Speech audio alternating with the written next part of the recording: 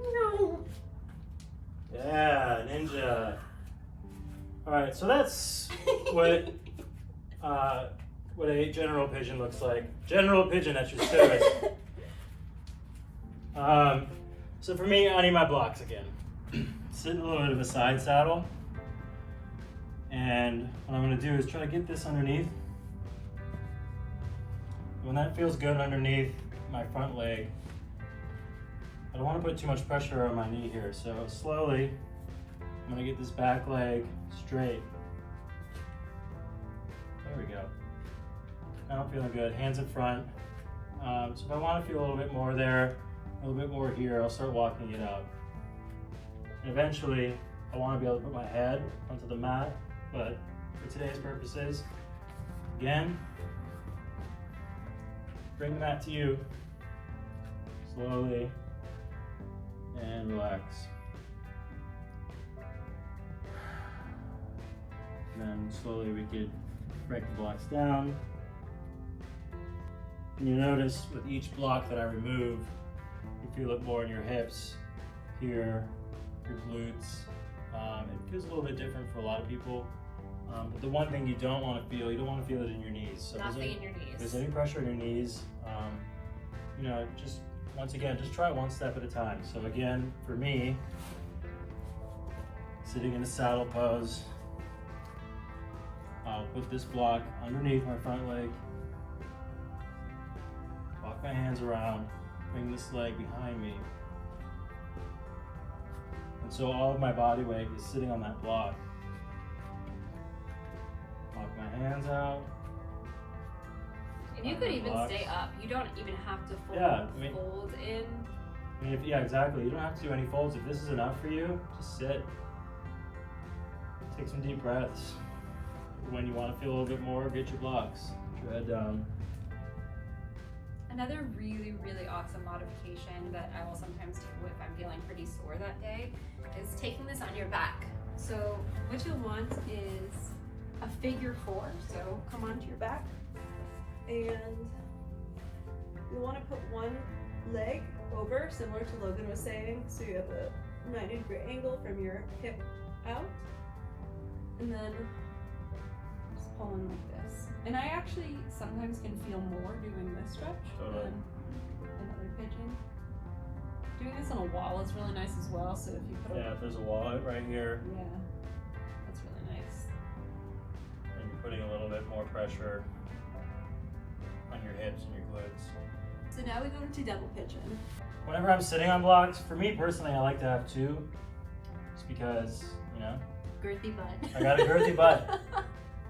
You heard it here, folks. Pull this heel in as close as you can, but do not hurt your knees here. And this leg, just like a crisscross applesauce, right? So make sure you're sitting nice and straight. Sitting on these blocks will really help you sit up straight.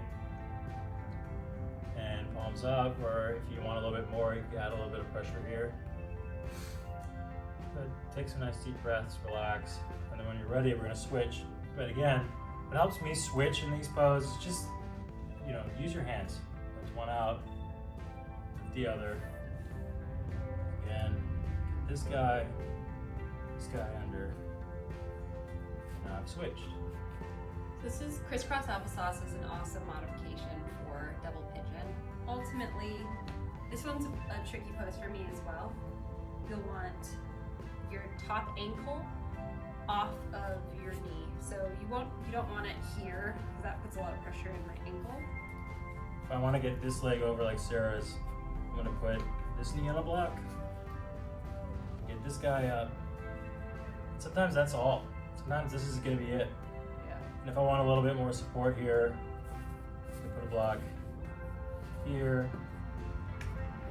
block there. Blocks are your friend. Blocks are your friend. You always want to flex your foot in this pose to protect your knee. Exactly. Because once I start, if I put any pressure this way, it's going to put a lot of pressure in my knee, which I don't want. There we go. Put this block here, heel on top.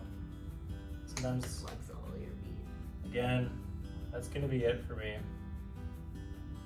If I need a little bit more stability here, a block here, or Yeah, it's almost like we want like 5 more blocks yeah, to be able to. if I had a whole slew of Infinite blocks, blocks. infinite blocks, because this is all I can do, and that's okay. So I mean, if all this is too hard, once again, just go back to crisscross applesauce, man.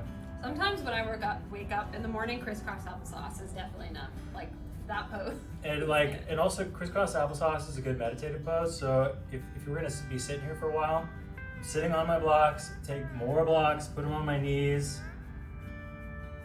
That looks nice, Now it's yeah. comfy. Half an hour later. And these are the baby steps to get into sitting on the ground again. Ooh, frog, things are gonna get froggy, baby. So imagine there's a wall against my feet. Make sure your knees are nice and padded. Yeah, so either find a wall, a real wall, or an imaginary wall, but make sure your feet are flat. And if you need blocks for your elbows, but it's all about starting to sink so we can open up your hips a little bit. Or you can put them under your chest. Or you could get a bunch of pillows too if you want to stay here. Pillows for a work, minute. and then that way you can kind of let the gravity. Gravity in your groin. Everybody needs a little bit of gravity in the groin sometimes. This pose is exceptionally challenging for me, and I like to actually take it on my back. So if this were a wall, you could just chill here. Yeah, pretend these blocks are a wall. Same hip opening, same sensation. And like that, I feel a lot right now.